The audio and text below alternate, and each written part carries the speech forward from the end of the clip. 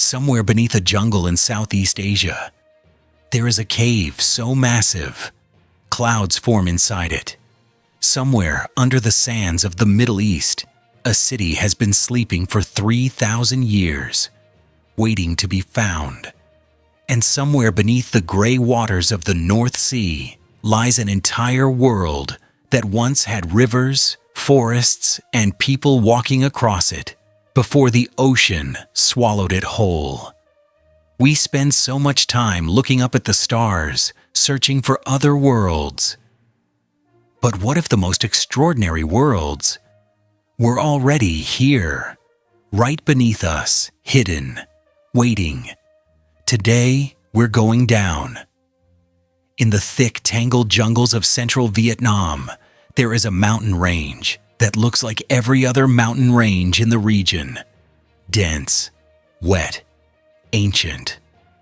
But in 1991, a local man named Ho Khan stumbled across something.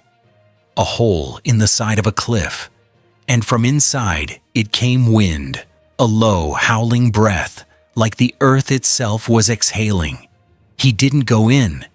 It would be almost 2 decades before the world found out why he was right to be cautious. Doong Cave. When British cavers finally mapped it in 2009, they discovered something that didn't seem possible. This wasn't just a cave, it was a world. A complete, self-contained universe carved into the belly of a mountain. The main passage stretches nearly 9 kilometers. Its ceiling soars so high, over 200 meters in places, that entire skyscrapers could stand inside it and still have room above. The air pressure creates its own weather system. Real clouds drift through the cavern, mist rises from underground rivers, and then the jungle. Deep inside where the ceiling has collapsed, sunlight pierces through, and a lush green ancient jungle has taken root, completely isolated from the outside world. Trees 40 meters tall, ferns, moss, silence, animals that have never seen a human being. Scientists believe this internal ecosystem has been evolving independently for hundreds of thousands of years. It has its own species, its own food chain, its own logic. Doong is not just the largest cave on Earth. It is effectively another planet, one that exists just beneath the surface of ours. Now imagine a river slowly pulling back, the water level dropping, and as the mud and silt begin to clear, walls, then columns, then streets.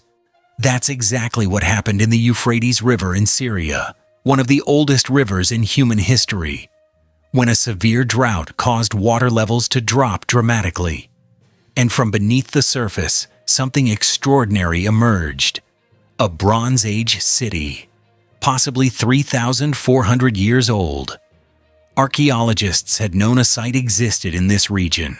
They'd even partially excavated it decades ago before a dam flooded it. But the scale of what the receding water revealed stunned even the experts. Massive palace complexes, towers with thick, preserved walls, staircases leading nowhere, or rather leading to rooms that have been sealed underwater for generations. Cuneiform tablets, the earliest form of writing, still sitting in the mud, intact. The city is believed to be Zakhiku, one part of the ancient Mitanni Empire, a civilization so old that when the Romans were building their roads, this city had already been abandoned for 1,000 years. What makes it even more remarkable is this: the drought that revealed the city is itself a consequence of shifting climate, nature in a strange twist, using destruction to deliver discovery, a lost world, returned by the very forces threatening ours.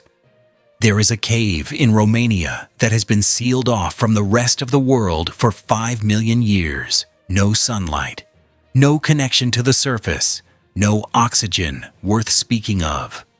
When researchers finally broke through in 1986, they expected to find nothing. Maybe some empty rock, maybe silence. Instead, they found life. Movile Cave. Inside this sealed chamber, completely cut off from the world above, 48 distinct animal species had evolved, more than half of them found nowhere else on Earth. Spiders, scorpions, centipedes, water scorpions, all evolved in total darkness, all adapted to an environment with almost no oxygen and air, thick with hydrogen sulfide, the kind of air that would be lethal to most living things. These creatures don't rely on sunlight. They don't rely on photosynthesis. They feed on chemosynthetic bacteria, microbes that harvest energy directly from chemical reactions in the water. It is a fully functioning ecosystem that runs on chemistry, not sunlight. Scientists call it a chemosynthetic ecosystem. It is quite possibly the closest thing to life on another planet that we have ever found on Earth. No light, toxic air, a closed system for 5 million years. And yet, life found a way. Movile Cave doesn't just show us what's possible underground. It expands our definition of where life can exist at all. In 2003, on the Indonesian island of Flores, a team of archaeologists were digging through a limestone cave called Liang Bua. They were looking for artifacts, tools maybe, evidence of early human migration. What they found instead rewrote the story of our species. A skeleton, small, barely a meter tall, fully grown. At first they thought it was a child.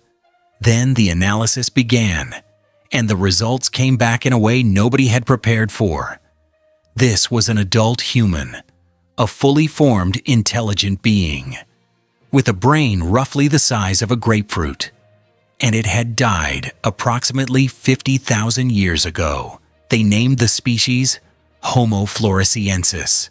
The world gave it a different name, the Hobbit.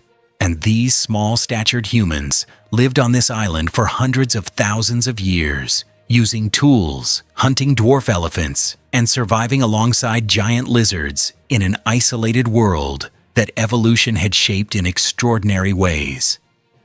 Here is the part that still keeps scientists up at night. They may have survived long enough to coexist with modern humans. Some oral traditions from the island still describe small, cave-dwelling beings with peculiar features. We didn't just discover a new species in that cave. We discovered a parallel branch of humanity, one that lived, thrived, and vanished, leaving behind almost no trace except a skeleton in the dark. Look at a map of Northern Europe. Focus on the shallow, gray stretch of water between Britain and the coast of Denmark and the Netherlands. That body of water, the North Sea, looks unremarkable. It wasn't always water. 8,000 years ago, that entire region was dry land, rolling hills, dense forests, rivers teeming with fish. Mammoths grazed there. Ancient humans hunted there. Communities built their lives there. Geologists and archaeologists call it Doggerland, and it was, at its peak, an enormous landmass, roughly the size of a modern European country. Then, the ice sheets melted. Sea levels rose slowly at first, then faster.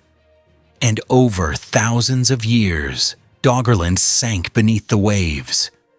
What archaeologists have been pulling up from the seabed for decades is staggering. Prehistoric tools, bones, fragments of structures, evidence of camps and hunting grounds, all sitting on the ocean floor, perfectly preserved by the cold, dark, anoxic conditions below. In 2019, a fossilized skull fragment and tools were recovered that pushed the estimated occupation of the region back even further than previously thought. Doggerland is not mythology. It is not Atlantis. It is real. It is mapped. And it is sitting below the fishing nets of the North Sea, waiting for the technology to reach it. A world that existed before the world we know erased not by war or catastrophe, simply by time and water. Here is what all of these places have in common. None of them were supposed to exist. A cave that generates its own weather, a city drowned for 3 millennia and given back by a drought, an ecosystem that operates without sunlight, a parallel branch of humanity hidden in a limestone cave, a whole civilization swallowed by a rising sea.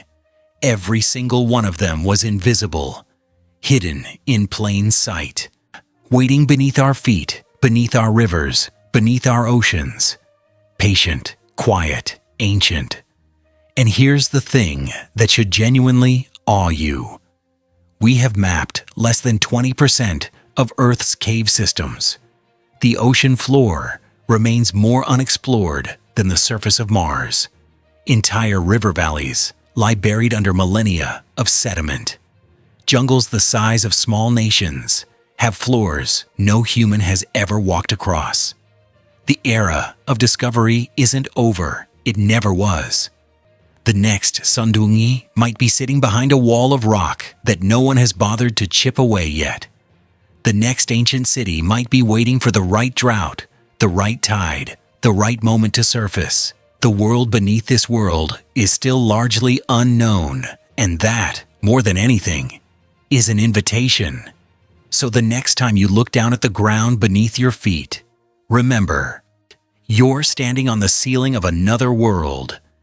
If this kind of discovery blows your mind the way it blows mine, hit subscribe, because we go deep on stories exactly like these every single week. Drop a comment below. Which of these discoveries hit you the hardest? And if you're ready for the next one, the next video is already waiting for you.